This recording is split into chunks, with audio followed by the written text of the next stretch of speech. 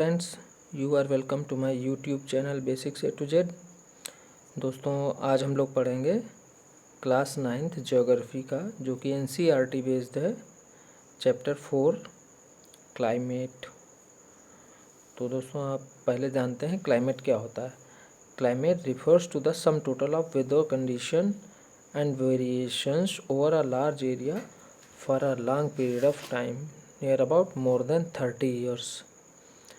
मतलब जो क्लाइमेट है, वहाँ की मौसम की जो दशाएं हैं और भिन्नताएं हैं किसी भी स्थान की, वो जो है नियर अबाउट करीब करीब 30 साल की जो ये होती हैं मौसम की दशाएं और भिन्नताएं, उसको कहते हैं क्लाइमेट, यानी कि जलवायु वहाँ की। तो ये है क्लाइमेट। और जो वेदर है वो क्या है? Weather refers to the state of the atmosphere over an area at any point of time.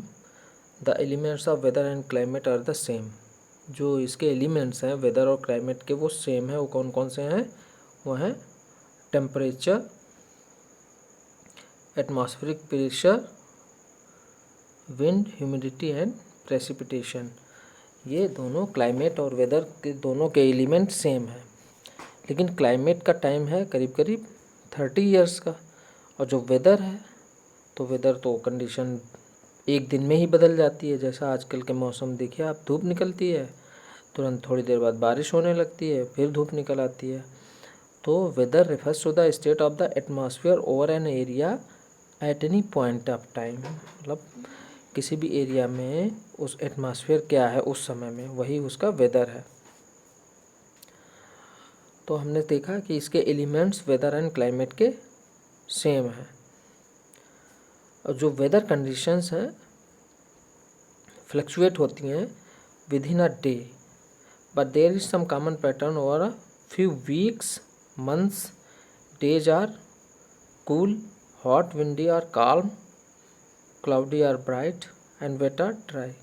लेकिन यही जो वेदर है वो कभी कभी एक हफ्ते, कभी कभी महीने भर एक जैसा रहता है ना। कभी जैसे मतलब महीने भर से ठंडक ही है, या महीने भर से गर्म ही है, या महीने भर से बारिश का ही मौसम चल रहा है। तो इस तरीके का जब वो वेदर करीब करीब महीने भर रहता है, तो उसको कहते हैं सीजन। इसको क्या कहेंगे? सीजन। तो आपने 3 टर्म देखे है ना, क्लाइमेट, वेदर एंड सीजन। तो क्लाइमेट सबसे लॉन्ग ड्यूरेशन का है, नियर अबाउट 30 ईयर्स का। और वेदर जो है तो फ्लक्चुएट होता है विद इन अ डे। और season 1 week, 1 month, 2 month, 3 month तक का होता है, तो वो सीजन होता है। और हमारे यहाँ सीजन के हिसाब से क्या करा गया है ना, winter season, summer season, rainy season. तो अभी आजकल चल रहा है रेनी सीजन। तो दोस्तों, आपको ये अच्छे समझ लेना है climate, weather and season. Climate more than 30 years, और जो वेदर है वो तो within a day fluctuate होता है, और सीजन नियर अबाउट 1 मंथ का होता है। और जो हमारे यहाँ आजकल क्या है, आजकल मानसून है ना। वही मानसून शुरू हो जाता है, जुलाई में शुरू हो जाता है बारिश। तो आजकल क्या है, मानसून, हमारा जो इंडिया का जो क्लाइमेट है वो मानसून टाइप है। तो ये मानसून टर्म जो है डिराइव्ड फ्रॉम मौसम, अरेबिक वर्ड है मौसम, जिसका लिटरली मीनिंग क्या है? सीजन। इसका लिटरली मीनिंग है season. Monsoon refers to the seasonal reversal in the wind direction during a year. जो मानसून है वो क्या रिफ़र करता है? मानसून ये रिफ़र करता है जो हमारे यहाँ पे जनरली जिस तरीके की हवाएं चलती हैं, मतलब हवाओं का जो डायरेक्शन होता है वो मानसून के सीज़न में उल्टा हो जाता है। तो यही है मानसून, उसी के कारण यहाँ पे बारिश होती है। अदरवाइज जिस तरीके से यहाँ की जो हमारी विंड डायरेक्शन है, अगर वही चलती रहे और मानसून ना आए, तो हमारा पूरा जो इंडिया है वो एरिड जोन में बदल जाएगा। लेकिन मानसून क्या होता है, वो रिवर्सल हो जाता है, जो ये विंड डायरेक्शन, उसके कारण हमारे यहाँ जो क्लाइमेट है मानसून टाइप का है। दूसरा देखिए, ये इसमें पूछा गया है कि बुक में, why difference in day and night temperature in Thar desert while there is hardly any difference in day and night temperature in Kerala and Andaman. तो आपको मालूम है थर्ड रिजर्व बहुत ही अंदर है ना। तो जैसे ही ये कॉन्टिनेंटैलिटी एक इफेक्ट होता है ना, मतलब सी शोर से या समुद्र से जो पृथ्वी या जो लैंड जितनी दूर होगी वहाँ पे वेदर में उतना ही डिफरेंस होगा, एक्सट्रीम डिफरेंस होगा। मतलब वहाँ पे गर्मी भी बहुत होगी और सर्दी भी बहुत होगी। और जो कोस्टल एरियाज हैं, जो समुद्र के पास हैं, वहाँ पर ऐसा नहीं होगा, वहाँ पे टेम्परेचर में बहुत ही कम डिफरेंस होगा। तो ऐसा होता क्यों है? तो ऐसा इसलिए होता है कि जो समुद्र के पास में एरिया हैं, तो जो हमारा समुद्र का पानी है वो बहुत धीरे धीरे गर्म होता है और बहुत धीरे धीरे ही ठंडा होता है। तो मान लीजिए रात है, रात में धीरे धीरे वो ठंडा होता गया, दिन में गर्म था, रात में ठंडा होता होता जब सुबह तक ठंडा होता है, तब तक धूप निकल आती है। धूप निकल आती फिर वो धीरे ही धीरे गर्म होता है। पहले 2:30-3 बजे तक गर्म हो पाया, तो उसके बाद फिर सनसेट हो गया, फिर ठंडा होना शुरू है। तो जो वहाँ पे सी है, समुद्र है, उसमें जो पानी है उसका टेम्परेचर ज़्यादा फ्लक्चुएट नहीं हो पाता और वहीं से होते हुए हवाएं लैंड पे आती हैं ना। Sea breeze and land breeze वाला कॉन्सेप्ट, वो हवाएं वहाँ आती हैं तो वो टेम्परेचर में ज़्यादा फ़र्क नहीं होने देती हैं।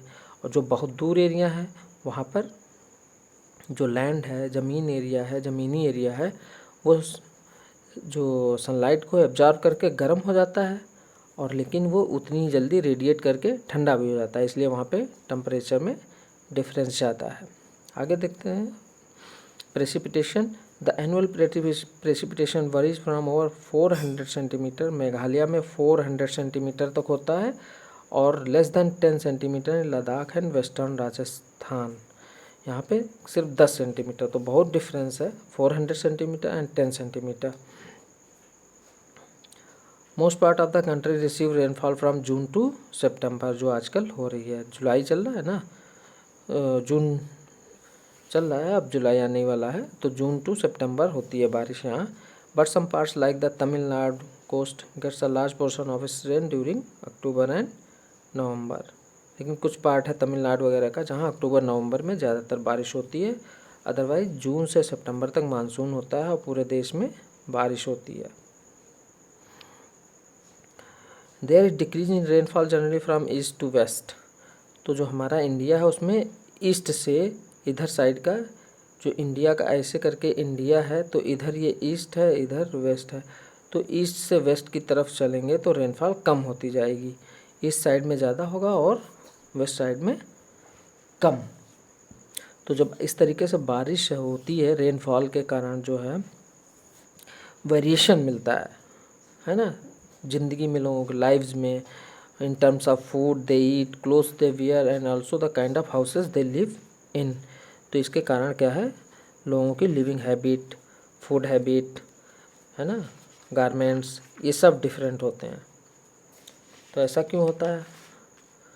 तो ऐसा होता है जैसे आपकी बुक में पूछा गया है कि why house in Rajasthan have thick walls and flat roofs. तो राजस्थान में इसलिए होता है क्योंकि बहुत गर्मी होती है, तो उसकी जो दीवारें हैं वो काफ़ी मोटी बनाई जाती हैं, जिससे इसमें हीट इसको पार करके अंदर ना आ पाए घर में, इसलिए मोटी बनाई जाती हैं। और जो रूफ़ होती हैं फ्लैट होती हैं, क्योंकि वहाँ पे बारिश बहुत कम होती है, तो थोड़ी बहुत बारिश होती है वो ड्रेन आउट हो जाता है। उसके अलावा पूछा houses in Terai region and Goa Mangalore having sloping roofs. तो क्यों होती है? क्योंकि वहाँ पे रेन ज़्यादा होती है, तो जिससे रेन जो है ईजिली ड्रेन्ड आउट हो जाए, इसलिए।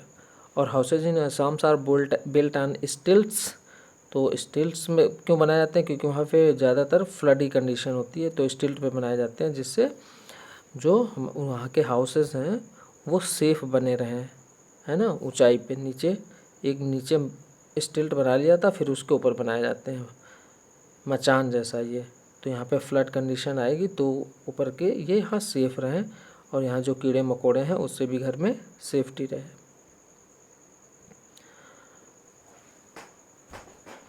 अब देखते हैं दोस्तों, क्लाइमेटिक कंट्रोल करने के कौन कौन से मेजर फैक्टर्स हैं। तो यहाँ पे 6 मेजर फैक्टर्स हैं जो क्लाइमेट को कंट्रोल करते हैं। तो कौन कौन से हैं वो 6 मेजर फैक्टर्स? तो नंबर 1 देखिए आप कौन सा, लैटीट्यूड। तो आप जानते हो लैटीट्यूड जो हमारे मैप पे ये इस तरीके से लाइनें होती हैं, इनको कहते हैं लैटीट्यूड या हिंदी में अक्षांश। तो होता क्या है, ये 0 डिग्री है ना, 0 डिग्री लैटीट्यूड है ये, इसको इक्वेटर कहते हैं। इक्वेटर से इधर को होती है ट्रॉपिक ऑफ कैंसर, इधर ट्रॉपिक ऑफ कैप्रिकॉर्न है ना, ये कर्क, और इधर नीचे मकर। तो ये जो इसके बीच का एरिया है ये ट्रॉपिकल एरिया है, यहाँ बहुत गर्मी होती है, इस पर सनलाइट जो है सीधे सीधे पड़ती है। और इसके बाद का एरिया जो है इधर और इधर का ये होता है सब ट्रॉपिकल एरिया, उसके ऊपर का उधर और इधर टेम्परेट। मीन्स अगर इसको इस तरीके से देखा जाए, ये अर्थ है तो ये है इक्वेटर, इसके ऊपर ट्रॉपिक ऑफ कैंसर और ये ट्रॉपिक ऑफ कैप्रिकॉर्न, तो ये ट्रॉपिकल एरिया है। फिर ये सब ट्रॉपिकल इधर और सब ट्रॉपिकल इधर, फिर ये टेम्परेट और पोलर रीजन इधर। तो इस तरीके से बटा हुआ है लैटीट्यूड में। तो जैसे जैसे हमारा लैटीट्यूड, ये ट्रॉपिकल एरिया है, यहाँ गर्मी ज़्यादा होती है, ये सब ट्रॉपिकल एरिया है, ये वाला सब ट्रॉपिकल एरिया है, यहाँ पे थोड़ा कम हीट होती है। जैसे ऊपर को बढ़ते जाएंगे गर्मी कम होती जाएगी। सेकंड पॉइंट है एल्टीट्यूड। एल्टीट्यूड का मतलब हम कहीं पर भी हो, किसी भी जगह, और जैसे जैसे एल्टीट्यूड मतलब ऊंचाई, जैसे जैसे हायर एल्टीट्यूड पे हम पहुंचेंगे तो वो एटमॉस्फेयर जो है become less dense and temperature decreases. जो एटमॉस्फेयर में है डेंसिटी कम होती जाएगी एयर की, और जो टेम्परेचर है वो रिड्यूस होता जाएगा। थर्ड पॉइंट है प्रेशर एंड विंड सिस्टम। तो लैटीट्यूड एंड एल्टीट्यूड के आधार पे प्रेशर और विंड सिस्टम भी असर करता है कि क्या होगा उससे, इससे डिपेंड करता है वहाँ पे टेम्परेचर और रेनफॉल पैटर्न क्या होगा। अगला पॉइंट है डिस्टेंस फ्रॉम द सी, या इसी को कहते हैं कॉन्टिनेंटैलिटी, जो मैं पहले ही बता चुका हूँ। Very hot during summer and very cold during winters. कहाँ पे होता है, जो areas very far from the sea coast, internal areas होते हैं जो कंट्री के, वहाँ पे। तो ऐसे इफेक्ट को कहते हैं कॉन्टिनेंटैलिटी। नेक्स्ट बात है ओशन करेंट्स। तो ओशन करेंट्स बहुत ही है ना इम्पॉर्टेंट रोल अदा करती हैं कहीं भी, किसी भी कंट्री के क्लाइमेट में, वेदर में। अगर ओशन शोर, हमारे जो ऑनशोर विंड्स हैं ओशन के, अगर वो विंड्स हैं क्लाइमेट वहाँ पे कोस्टल एरिया पे, उस पर डिपेंड करता है किस पे, जो करेंट्स बहती हैं, धाराएं जो बहती हैं समुद्र में, अगर वार्म और कोल्ड करेंट्स हैं उसके कारण वहाँ का पूरा वेदर डिपेंड करता है। अगर वहाँ पे वार्म करेंट्स हैं तो उस तरीके से वहाँ पर टेम्परेचर ज़्यादा होगा, अगर कूल करेंट्स हैं तो टेम्परेचर कम होगा। नेक्स्ट पॉइंट है रिलीफ। रिलीफ मतलब टोपोग्राफी वहाँ की कैसी है, तो रिलीफ डिफ़र करती है वहाँ पे क्लाइमेट कैसा होगा। अगर हाई माउंटेन्स हैं तो वो जैसे हमारे इंडिया में है हिमालय है, तो उसके ऊपर का, उसके नॉर्थ साइड में जो एशिया और चाइना ये सब रीजन, यहाँ बहुत ठंडक होती है। ये हिमालय यहाँ पे बैरियर का काम करता है, जिससे यहाँ पे हवाएं ठंडी नहीं आ पाती, और हमारे इंडिया में टेम्परेचर कम होता है और गर्मी भी होती है, और हमारा क्लाइमेट डिफरेंट होता है वहाँ से। तो इस तरीके से रिलीफ का भी बहुत फ़र्क पड़ता है। और जो पहाड़ जहाँ पे होते हैं वहाँ पे एक लीवर्ड साइड, मान लीजिए ये ऐसे पहाड़ है और इधर से मानसून हवाएं या कोई भी जा रही हैं तो इसको पार नहीं कर पाती हैं, तो वो सारी बारिश जो है प्रेसिपिटेट यहीं कर देती हैं। तो जिस तरफ इधर इस साइड में बारिश नहीं हो रही है तो इसको क्या कहते हैं, लीवर्ड साइड। जो पहाड़ के उस साइड का है लीवर्ड साइड, ये साइड उसके पीछे का वो लीवर्ड साइड है जहाँ पे बारिश बहुत कम होती है। तो ये थे क्लाइमेटिक कंट्रोल्स। हेलो फ्रेंड्स, तो हम देखते हैं ये question, why most of the world's desert are located in the western margin of continents in the subtropics. तो ऐसा क्यों होता है ना, क्योंकि पश्चिमी भाग में ही ज़्यादातर हर एक महाद्वीप के जो है मरुस्थल हैं। तो ऐसा मोस्टली जो है दोस्तों होता है due to tropical easterly winds, है ना, जो ट्रॉपिकल ईस्टर्ली विंड्स हैं उनके कारण होता है। They become dry by the time when they reach in the western margin of the continent and so they bring no rainfall. इसीलिए ज़्यादातर जो वेस्टर्न पार्ट हैं कॉन्टिनेंट्स के वहाँ पे डेजर्ट है। ये आपकी बुक में क्वेश्चन पूछा गया है, इसलिए मैंने इसका आंसर बता दिया है।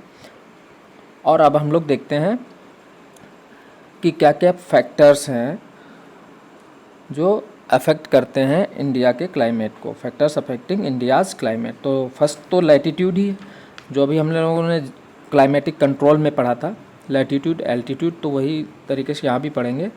तो पहला है लैटीट्यूड। तो ये देखिए पहला लैटीट्यूड, जैसा आप देख रहे हैं यहाँ पे, ये इंडिया का चित्र है, क्योंकि इंडिया के क्लाइमेट के बारे में पढ़ रहे हैं, ये दिखा रहा है। तो जैसा आपको पता है कि इंडिया के यहाँ से ये ट्रॉपिक ऑफ कैंसर गुजर रही है, यानी कि कर्क रेखा, ट्रॉपिक ऑफ कैंसर ये गुजर रही है, और इक्वेटर करीब इधर से कहीं नीचे से गुजरती है ना। और इक्वेटर के नीचे से ट्रॉपिक ऑफ, यहाँ नीचे से ट्रॉपिक ऑफ कैप्रिकॉर्न गुजरती है।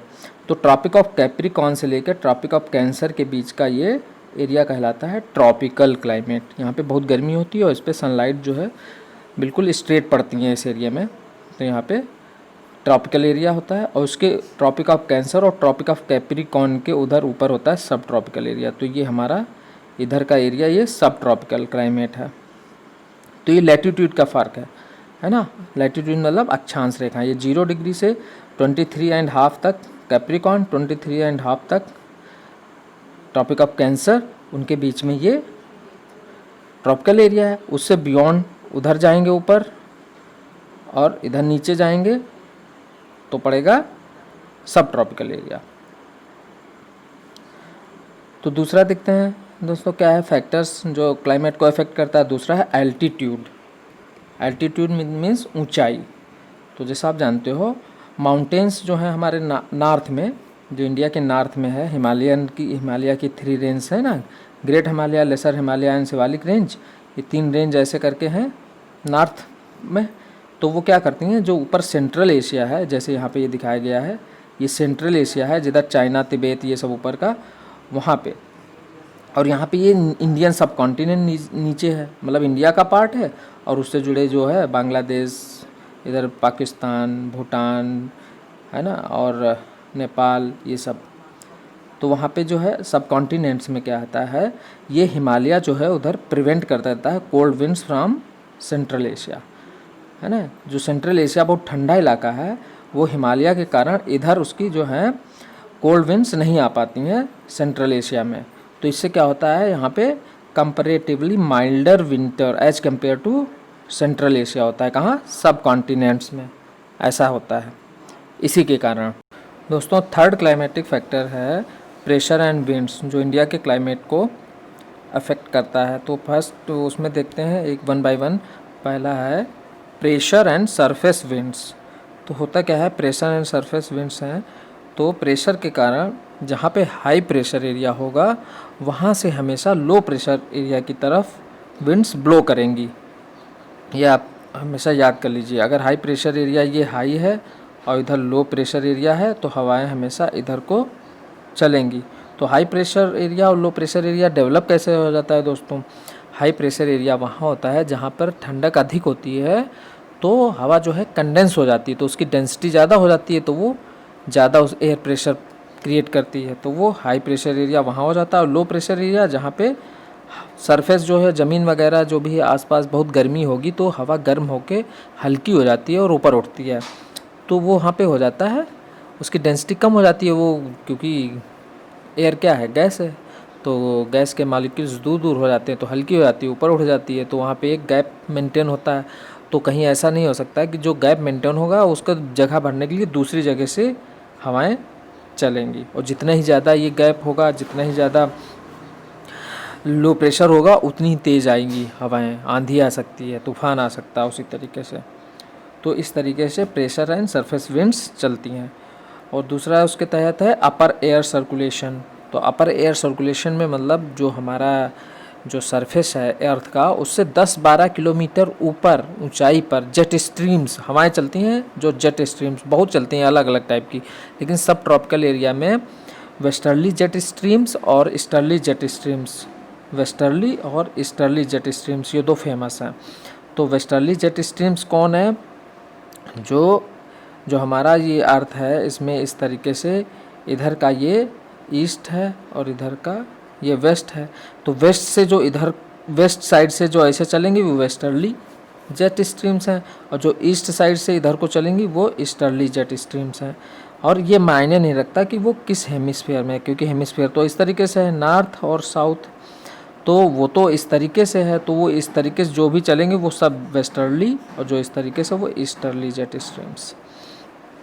थर्ड उसी में क्या है, western cyclonic disturbances and tropical cyclones.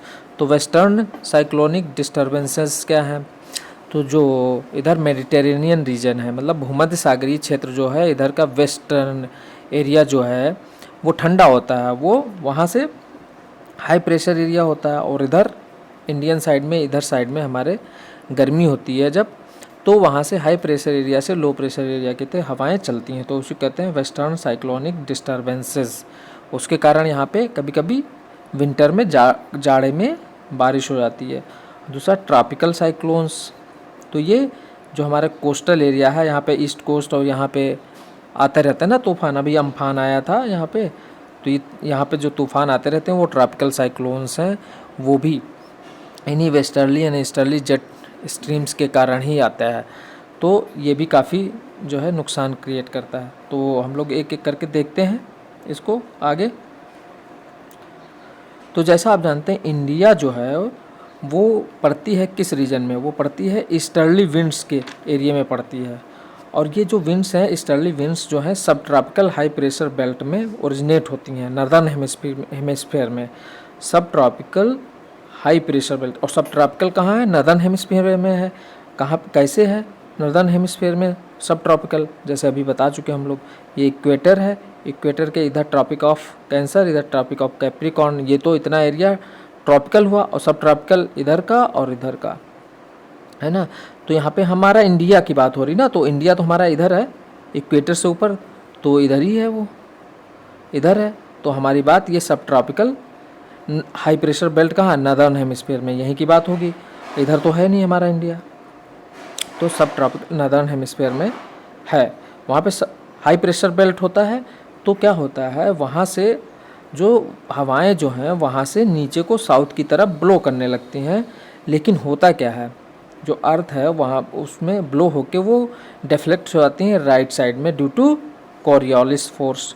तो कोरियोलिस फोर्स क्या है अभी दोस्तों उसके बारे में भी देखेंगे, और वो मूव करती हैं इक्वेटोरियल लो प्रेशर एरिया की तरफ। इक्वेटर यानी ट्रॉपिकल एरिया, वहाँ पे काफ़ी गर्मी होती है, वहाँ लो प्रेशर होता है, तो सब ट्रॉपिकल एरिया से नीचे को हवाएं चलती हैं। मतलब अपनी इंडिया सब ट्रॉपिकल में पड़ता है मोस्टली, सब ट्रॉपिकल में मोस्टली क्या, जो ट्रॉपिक ऑफ कैंसर से ऊपर का एरिया है यानी कर्क रेखा से ऊपर का, वो सब जो है सब ट्रॉपिकल एरिया, वहाँ से जो है हाई प्रेशर से नीचे को हवाएं चलती हैं सब, और जाती हैं इक्वेटर की तरफ, लो प्रेशर की तरफ। तो इस तरीके से अगर ये चलती रहे, इनमें मॉइस्चर बहुत कम होता है, तो हमारा ज़्यादातर इंडिया का पोर्शन, ये इंडिया ऐसे है करके, और यहाँ से ये सब ट्रॉपिकल रेंज ऊपर का शुरू होता है, तो यहाँ से हवाएं नीचे को सब चलेंगी, तो ज़्यादातर इंडिया का जो है एरिया इन्हीं हवाओं के प्रभाव में आएगा। तो ये हवाएं क्या होती हैं, यहाँ पे ये ठंडी और एरिड हवाएं होती हैं, सूखी ड्राई विंड्स होती हैं, तो इससे क्या होगा, यहाँ बारिश होगी नहीं क्योंकि उनमें मॉइस्चर नहीं है। तो अगर ऐसा है, तो ऐसा ही रहे, तो फिर हमारा इंडिया जो है एरिड लैंड हो जाएगा। लेकिन but it is not so why, लेकिन ऐसा नहीं होता। क्यों नहीं होता दोस्तों, ऐसा इसलिए नहीं होता, it's due to Coriolis force, इसको फेरेल्स लॉ भी करते हैं, ये अभी हमने देखा था कोरियोलिस फोर्स। तो क्या है कोरियोलिस फोर्स, उसको जान लेते हैं। ये एक अपरेंट फोर्स है जो कि अर्थ के रोटेशन के कारण होता है। जो हमारी अर्थ है इस तरीके से ये रोटेट करती है ना, तो आपको मालूम ही रोटेट करती है काफ़ी तेज़। तो इसके रोटेशन के कारण जो है एक कोरियोलिस फोर्स इस पे लगता है। तो ये तो नॉर्दर्न हेमिस्फीयर है, ये सदर्न हेमिस्फीयर है। तो जो है नॉर्दर्न हेमिस्फीयर में है, वो कोरियोलिस फोर्स के कारण जो विंड्स यहाँ पे चलती हैं या जेट स्ट्रीम्स जो भी चलती हैं, वो डिफ्लेक्ट हो जाती हैं नॉर्दर्न हेमिस्फीयर में राइट साइड में, और सदर्न हेमिस्फीयर में लेफ़्ट साइड में। अब यहाँ पे जो विंड्स ऊपर चलती हैं वो इधर को डिफ्लेक्ट हो जाती हैं और जो यहाँ चलती हैं वो इधर को डिफ्लेक्ट हो जाती हैं। तो ये कोरियालिस फोर्स के कारण ऐसा होता है। कोरियालिस फोर्स क्यों जनरेट होता है? ये अर्थ के रोटेशन के कारण। इसको हम फेरेल्स लॉ भी कहते हैं दोस्तों। तो आप ये जान लीजिए, कोरियालिस फोर्स बहुत इंपॉर्टेंट है इंडिया के क्लाइमेट के लिए। अदरवाइज़ इंडिया पूरा एरिड जोन हो जाएगा, लेकिन जो कोरियालिस फोर्स है उसके कारण यहाँ पे ये इतना बढ़िया क्लाइमेट और मानसून वगैरह आ जाता है। तो कैसे और होता है आगे देखते हैं हम लोग। जैसा आपके बुक में भी पूछा गया है मानसून के मैकेनिज्म के बारे में, तो ये यहाँ पे समझना बहुत ज़रूरी है। तो देखिए, जब विंटर सीजन होता है हमारे इंडिया में तो क्या होता है, विंटर सीजन होगा तो ठंडक होगी, तो high pressure area north of the Himalaya, cold dry winds blow from this region to the low pressure area over the oceans to the south. तो क्या होता है, जब विंटर होती है यानी कि सर्दी होती है, तो हमारा जो इंडिया है उसमें हिमालय के उधर जो है हाई प्रेशर, हिमालय से उधर को हाई प्रेशर होता है, हाई प्रेशर होता है और हिमालय के इधर ज़्यादा ठंडक है और इसके कंपैरेटिवली इधर गर्मी रहेगी। तो यहाँ से हाई प्रेशर से इधर को हवाएं आएंगी। जो हवाएं कैसी होंगी, ठंडी हैं तो ड्राई ही होंगी। लो प्रेशर की तरफ, ओशन की तरफ आती हैं ड्यूरिंग विंटर। तो ड्यूरिंग विंटर तभी तो कोई बारिश नहीं होती है और विंड्स जो हैं वो ड्राई होती हैं। ठंडी ज़रूर होती हैं लेकिन वो ड्राई होती हैं। तो कैसे ड्राई पता होगा आपको, तो हमारी स्किन देखिए, स्किन से मॉइस्चर को निकाल लेती है ना विंटर में, तभी हमारे स्किन में जो है सूखापन आ जाता है। तो वो ड्राई होती हैं और ठंडी होती हैं। लेकिन अगर ऐसे ही चलता रहा तो क्या होगा, हमारा पूरा जो एरिया है इंडिया का वो ठंडा हो जाएगा, ठंडा ही रहेगा। लेकिन होता क्या है, समर में क्या हो जाता है, समर में लो प्रेशर एरिया जो है पूरा इंटीरियर एशिया में डेवलप हो जाता है। जो हमारा जो हिमालयन के ऊपर का रेंज है ये एशिया है इधर का, यानी कि चाइना वगैरह रीजन, यहाँ तिब्बतन प्लेट्यू है, काफ़ी ऊंचा है। लेकिन होता क्या, जब ये समर होती है तो ये काफ़ी गर्म हो जाता है, काफ़ी ऊंचा है और क्लियर इन्वायरमेंट होता है, तो यहाँ पे काफ़ी गर्मी हो जाती है। काफ़ी गर्मी होने के कारण, हीट होने के कारण वहाँ की हवा भी गर्म होके ऊपर उठ जाती है। तो यहाँ पे लो प्रेशर एरिया बन जाता है, मेंटेन हो जाता है। तो ये लो प्रेशर एरिया मेंटेन हो जाता है। उसके कंपैरेटिवली जो हमारा इधर साउथ इंडिया है का रीजन है और ये ओशन है, यहाँ पे हाई प्रेशर रहता है। हाई प्रेशर उसके कंपैरेटिवली हाई प्रेशर रहता है। तो जब हाई प्रेशर रहेगा तो इधर साउथ से हवाएं इधर को चलने लगेंगी और यही हवाएं समुद्र से मॉइस्चर को लेके इधर को जाती हैं, वही हमारी मानसून होती है। उन्हीं से इंडिया में बारिश होती है, जिसके कारण इंडिया में मानसून क्लाइमेट होता है और हम जो मेरी पूरी इंडिया जो है वो एरिड जोन होने से बच जाती है दोस्तों। तो फ्रेंड्स, होता क्या है, जैसा हमने देखा था विंटर में नॉर्थ से साउथ की तरफ, हिमालय के नॉर्थ, ये नॉर्थ था, ये साउथ, नॉर्थ से साउथ की तरफ विंटर में हवाएं चल रही थी। उसका कंप्लीट रिवर्सल हो जाता है समर में। हिमालय से इधर जो लो हो जाता है और इधर हाई प्रेशर, तो इधर से हवाएं इधर को चलती हैं और इधर ये समुद्र से मॉइस्चर लेके पहुंचती हैं। लेकिन हिमालय होने के कारण इसको पार नहीं कर पाती, यही पूरे भारत में फैलती रहती हैं और यही मानसून की बारिश करती हैं, जिससे हमारा इंडिया में क्लाइमेट मानसून है और अच्छा है। जो एयर है moves from high pressure over the southern Indian ocean in south easterly direction, crosses the equator and turns right towards the low pressure area. तो देखिए, जो इक्वेटर से हवाएं जो हैं इक्वेटर से ट्रॉपिकल एरिया से चलती हैं और वो कोरियोलिस फोर्स के कारण जो है टर्न हो जाती हैं इंडिया की तरफ, सब कॉन्टिनेंट्स की तरफ टर्न हो जाती हैं और इंडिया से होते हुए मानसून इंटर करता है। इधर बे ऑफ बंगाल से भी इंटर करता है। तो इंडियन सब कॉन्टिनेंट में, इसलिए इसको कहते हैं south west monsoon winds. South west क्या मतलब, ये इंडिया का ये पार्ट है, ये साउथ है, इधर का ये ईस्ट है और इधर का ये वेस्ट है। यहाँ से ऐसे जब आती हैं तो ऐसे से इंटर करती हैं तो ये साउथ वेस्ट मानसून है। जो इधर से इंटर करेंगी वो साउथ ईस्ट मानसून है। These winds blow over the warm oceans, gather moisture। जो ये हवाएं हैं ये गरम